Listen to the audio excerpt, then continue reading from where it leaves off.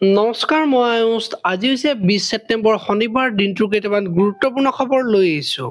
প্ৰথম খবৰটো হৈছে মৰিগাঁও সদৰ থানাত শ্যামকানু মহন্তৰ বিৰুদ্ধে গোচৰ ৰুজু। পৰৱৰ্তী খবৰটো হৈছে খানাপাৰাত হ'ব ৰাজহুৱা শ্ৰদ্ধাঞ্জলি, যোৰহাটত হ'ব পাৰে অন্ত্যেষ্টিক্ৰিয়া, আলোচনা চলি আছে। এই কথা মন্তব্য কৰিলে মুখ্যমন্ত্ৰী ডক্টৰ হিমন্ত বিশ্ব শৰ্মাই। পৰৱৰ্তী খবৰটো হৈছে ৰাইজে বিচাৰিলে সৰুসজাই 2 দিন ৰাখিম, জুবিন ৰাইজৰ হয় এদিন বন্ধ দিম যাতে জুবিনক মানুহে চাব পাৰে। জুবিন অসম পালে সকলো সিদ্ধান্ত লোৱা হ'ব।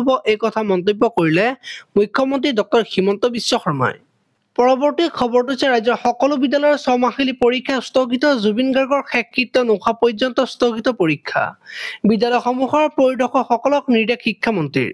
পৰৱৰ্তী খবৰটো হৈছে জুবিন গাৰ্গৰ মৃত্যুৰ পিছতে বাতিল ছিংগাপুৰত হ'বলগীয়া নৰ্থ ইষ্ট ইণ্ডিয়া ফেষ্টিভেল। পৰৱৰ্তী খবৰটো হৈছে জুবিনলৈ প্ৰেম, খোৱাং সমষ্টিৰ পৰা 1000 জুবিন অনুৰাগী গুৱাহাটীলৈ অহাৰ ব্যৱস্থা কৰিছে বিধায়ক চক্ৰধৰ গগৈয়ে। পৰৱৰ্তী খবৰটো হৈছে জুবিনলৈ প্ৰেম, জুবিনক শ্ৰদ্ধাঞ্জলি জনাবৰ বাবে মৰাণৰ 2000 মানুহে গুৱাহাটীলৈ বাছ আৰু ট্ৰেইনেৰে কাটিছে টিকট। পৰৱৰ্তী খবৰটো হৈছে জুবিন গাৰ্গৰ বিয়োগত মৰ্মাহত ৰাহুল গান্ধী, জুবিন গাৰ্গৰ মৃত্যু অত্যন্ত বেদনাদায়ক। পৰৱৰ্তী খবৰটো হৈছে 3 দিনৰ বাবে এপিচিচিৰ সকলো কাৰ্যসূচী বাতিল। জুবিন গাৰ্গৰ বিয়োগৰ বাবে এপিচিচিৰ এই সিদ্ধান্ত। জুবিন গাৰ্গৰ মৃত্যুত শোক প্ৰকাশ এপিচিচিৰ মিডিয়া গোটৰ অধ্যক্ষ বেদব্ৰত বৰাৰ। পৰৱৰ্তী খবৰটো হৈছে জুবিন গাৰ্গৰ মৃত্যু সন্দৰ্ভত শ্যামকানু মহন্তৰ স্পষ্টীকৰণ। জুবিন গাৰ্গে ইউৰোপলৈ সাগৰলৈ যোৱাৰ কথা গম পোৱা নাছিলো। সেই সময়ত আমি এখন ব্যৱসায়িক মিটিঙত ব্যস্ত আছিলো। অসমৰ কেইবাজন লোকে জুবিনক লৈ নাৱেৰে সাগৰলৈ গৈছিল। মিটিঙৰ মাজতে ফোনযোগে এই খবৰ পাইছিলো। পৰৱৰ্তী খবৰটো হৈছে জুবিন গাৰ্গে কৰা নাছিল স্কুবা ড্ৰাইভিং, পেৰাগ্লাইডিঙো কৰা নাছিল জুবিন গাৰ্গে। সাঁতুৰিবলৈ সাগৰত নামিছিল জুবিন গাৰ্গ। এবাৰ সাঁতোৰা সমাপ্ত কৰিছিল জুবিন গাৰ্গে।